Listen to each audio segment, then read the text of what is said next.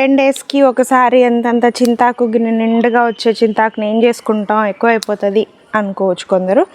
ఏం కాదండి, మొత్తము మీకు వండుకున్న రోజు వండుకోండి, వండుకోవాలి అనిపించని రోజు కోసేసి నీడలో ఎండబెట్టి బాక్స్కి వేసి పెట్టేసుకోండి ఆకుని.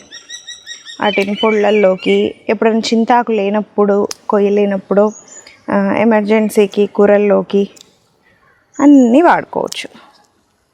సో అలా స్టోర్ చేసి కూడా, లేదు అమ్మమ్మ కాలంలో చేసినట్లు ఉప్పేసి ఎగరబెట్టేసి బాగా మగ్గిచ్చేసి జాడీకేసి పెట్టేస్తే కూడా, ఉప్పు నూనె వేసి మగ్గిచ్చి జాడీకేసి పెడితే కూడా ఇంకా ఎప్పుడైనా వాడుకునేలాగా పికిల్ లాగా కూడా పెట్టేసుకోవచ్చు. ఏముంది, చింతాకు పికిల్ కూడా, చింతకాయ పికిల్, చింతకాయ కాదు కానీ ఎట్లయినా చేసుకోవచ్చు. మనకి హెల్దీ ఫుడ్